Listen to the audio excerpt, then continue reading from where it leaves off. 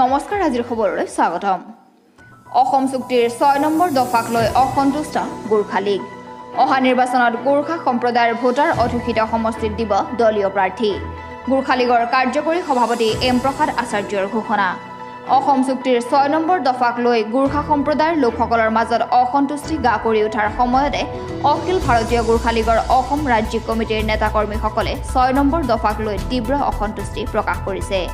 অখিল ভাৰতীয় গোৰ্খা লীগৰ কেন্দ্ৰীয় কমিটিৰ কাৰ্যকৰী সভাপতি তথা উত্তৰ পূৰ্বাঞ্চলৰ তত্ত্বাৱধায়ক এম প্ৰসাদ আচাৰ্য আৰু অসম ৰাজ্যিক গোৰ্খা লীগৰ সাধাৰণ সম্পাদক লাল বাহাদুৰ চুব্বাই কয় অসমত বসবাস কৰা গোৰ্খা সম্প্ৰদায়ৰ লোকসকল উপেক্ষিত হৈ আহিছে যুগ যুগ ধৰি অসমত বসবাস কৰা গোৰ্খাসকল আৰ্থিক সামাজিক শৈক্ষিক দিশত পিছ পৰি আহিছে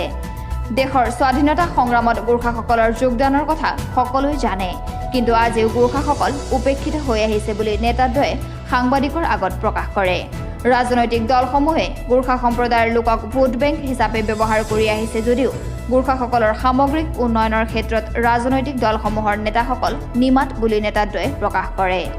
গোৰ্খাসকলক ৰাজনৈতিক দলসমূহে চৰম প্ৰতাৰণা কৰিছে বুলি কাৰ্যকৰী সভাপতি এম প্ৰসাদ আচাৰ্য আৰু সাধাৰণ সম্পাদক লাল বাহাদুৰ চুব্বাই প্ৰকাশ কৰে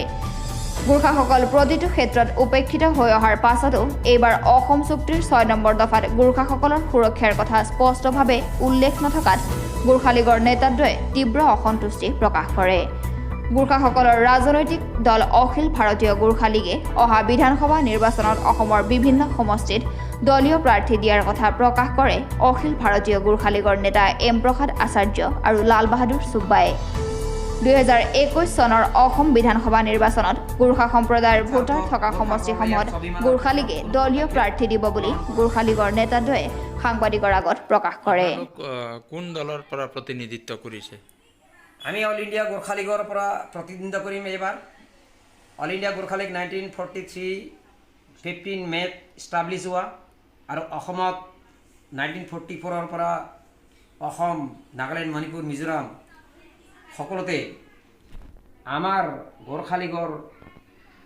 যিটো পাৰ্টি সন্নিৱিষ্ট হৈ আছিল কিন্তু 1966 চনৰ পৰা গোৰ্খা লীগক সম্পূৰ্ণভাৱে বিলুপ্ত কৰি শেষ কৰি ভাৰতীয় জাতীয় কংগ্ৰেছে অসম গোৰ্খা সন্মিলন নামৰ সংগঠনটো জন্ম দি